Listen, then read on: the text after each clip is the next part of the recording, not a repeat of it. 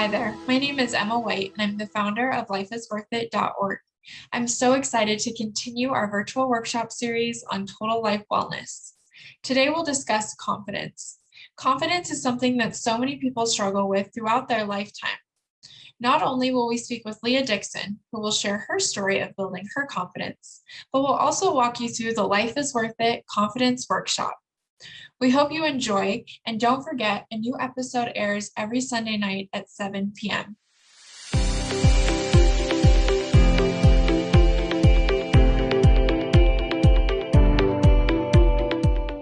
Hi, Leah. Thank you so much for taking the time to talk with us today about confidence. Confidence is something that we all struggle with at some point during our lives, but especially with teens and young adults, it can be something that really weighs on us as we grow up.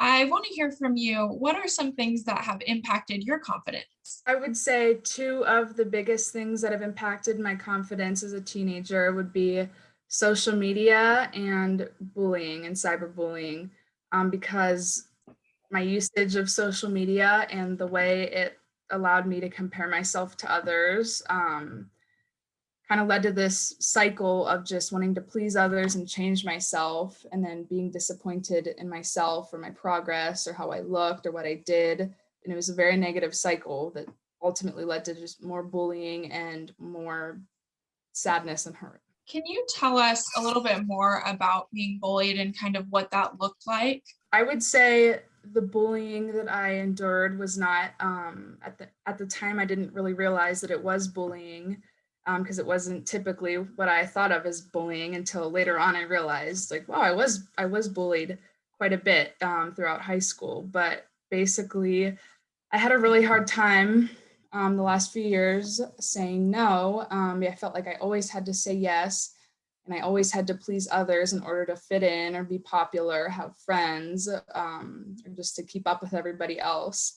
And I'd say yes to really anything that I thought would make me fit in or make me cool, because growing up I moved a lot and I never had like a solid friend group, and I'm still like that. And so I thought, like, maybe doing this will finally get me what I want or make me feel good. And so whether it was something small like saying yes to hanging out with a friend I didn't want to hang out with when I had a lot of work, trying drugs or alcohol, a sexual encounter, going to a party, or just hanging out with a group of people that didn't make me feel good, I generally would say yes to it. And then after, I kind of wondered, like, why did that make me feel good? I didn't like that wasn't what I thought it would be. And at the time, it just kept happening and happening and happening for a few years, until I finally realized this is not the way that I'm going to make myself happy. Is all it's doing is making me more accessible to people, and it's letting people know that they can treat me how they want to treat me because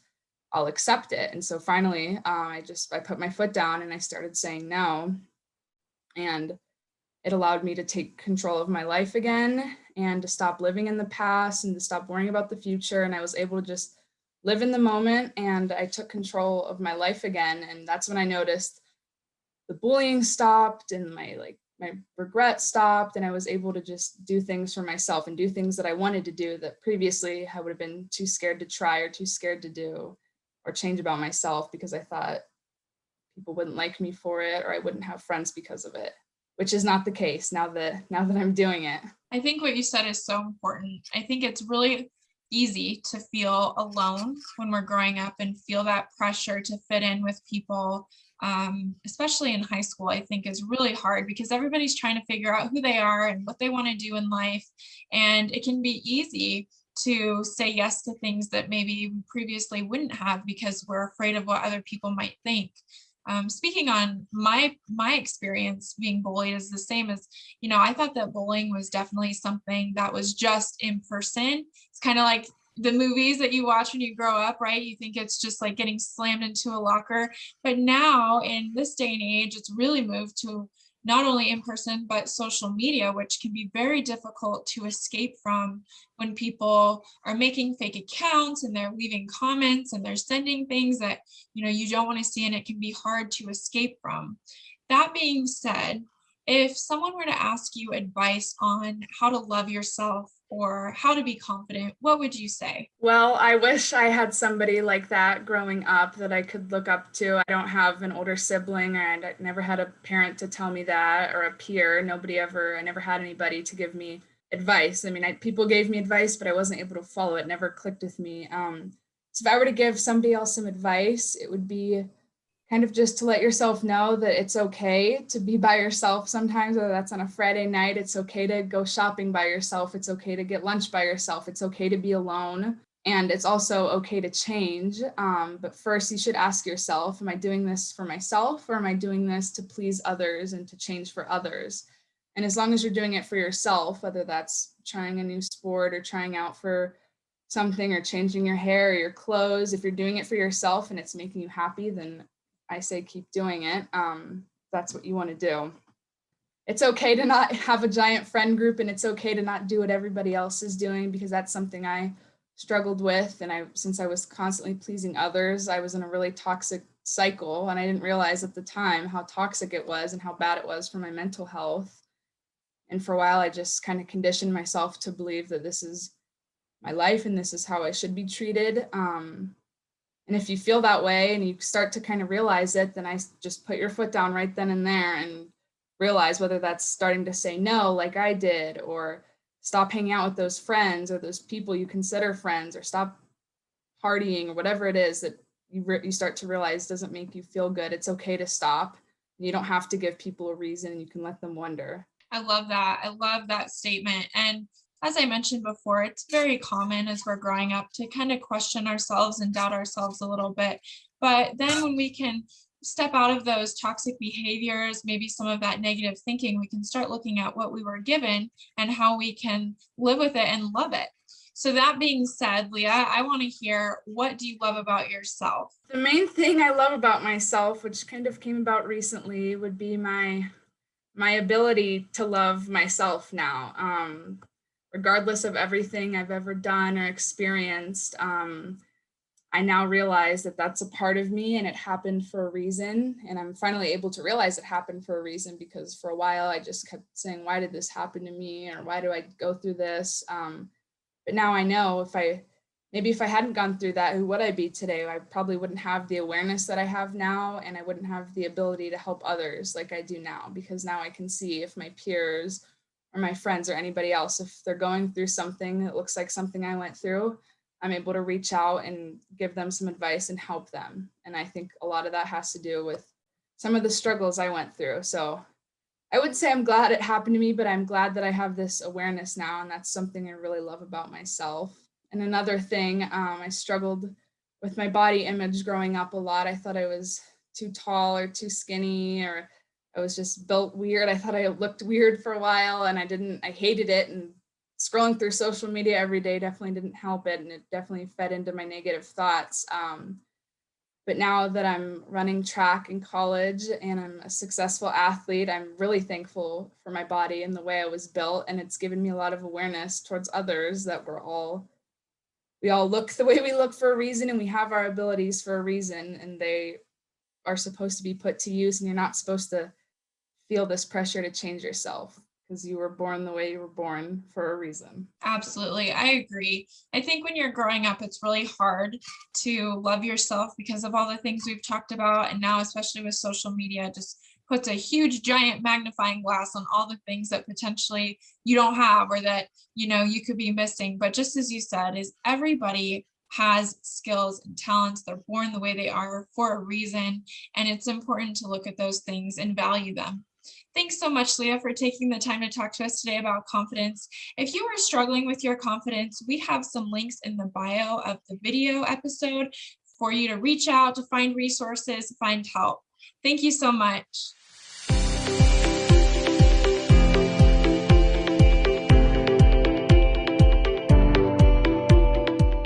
Your value does not decrease based on someone's inability to see your worth. I wish I would have known these words when I was growing up. When I was a young girl and a teenager, I struggled so much with my confidence, and I didn't really know what my worth or my purpose was. After going through some difficult storms in my life, I realized that I am in charge of feeling confident. I am in charge of loving myself and showing other people how to love me. It's a difficult task, but it can be done, and it starts with you, and it starts today. In the next few minutes, I'm going to walk you through our confidence workshop. We're going to talk about the lies that we believe every single day that impact our confidence and self-worth. There are some notes that you can take or think about it in your head. I'm sure you'll find some things that are very helpful that you can use every single day. Lie number 1. Other people's opinions of me define my worth. It's so easy to get caught up in this world where we put everybody else's opinions first before we put our own.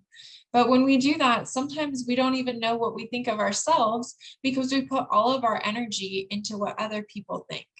I've done this too, but it only impacts you negatively because instead of thinking about the things that make you happy, joyful, and feel important, you're catering to what other people think are important or what other people might think will make you happy. The truth is, it's helpful to have feedback from people who know and love us, but our worth is not based on what other people think of us. Our worth must be based on what we think of ourselves. Lie number 2. I must look like a famous or successful person to feel beautiful or handsome. This one is so common because we live in a world that puts famous, successful people on a pedestal, and we see them on magazines, we see them on social media and on our TVs, and we think that that is what beauty looks like. But the reality is that beauty and success come in different forms, various forms, and there isn't one standard to it. The truth, comparison is the enemy. You are already born enough, and you don't have to do anything to prove that you're worthy. Lie number 3, I will love myself once I accomplish a certain task. While it's normal to feel happy or satisfied when we complete a task or accomplish something, the truth is if we're constantly seeking something for validation, we can't be happy in the moment with what we have. The truth, if you aren't happy with what you have now, how will you be happy in the future? We must be able to find the silver linings in where we are now to find fulfillment in what we gain in the future. Lie number 4, being in a relationship will fulfill me. I think everybody goes through a phase in their life where they feel like they have to be in a relationship, oftentimes because we think that being in a relationship will make us happy or make us feel worthy. I've definitely been there. I've had times in my life where I felt like I had to be in a relationship because it seemed like everybody was in a relationship around me.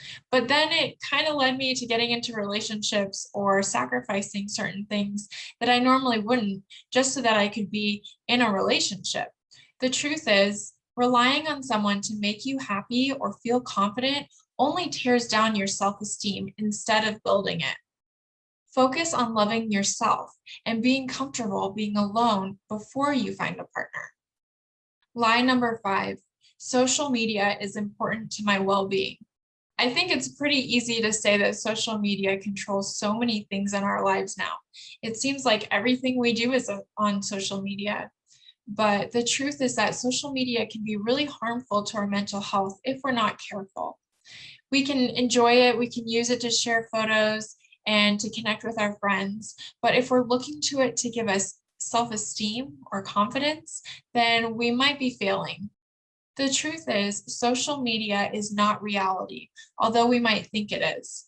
People only post the best versions of themselves that might be altered, edited, and filtered. Focus on the real in your life. I've just given you 5 common lies that everybody believes that harms our self-esteem and confidence. Now, are you ready for the truth? You are worthy regardless of what you look like, what your skills are, what your talents are, what you want in life, and what you've accomplished. You are worthy simply because you're here. There's no mistake in that. Stop comparing yourself to other people, other lives, and focus on what you bring to the table. There's nobody else like you. When we recognize that we are here because we're supposed to be here, we can value ourselves for who we are, not for who we think we're supposed to be. You were made a masterpiece, one of a kind. I want to take this time to think about or write down characteristics that make you unique or things that you love about yourself. And I want you to refer to this list when you have moments of doubt. Even if you have to write it on your hand or as a note in your phone that you use as your wallpaper, I don't even care if you write it on your mirror. I want you to remind yourself every single day that you're worthy, that you don't have to try to be like anybody else, that you can stick to your lane and still be wonderfully, beautifully made because you are.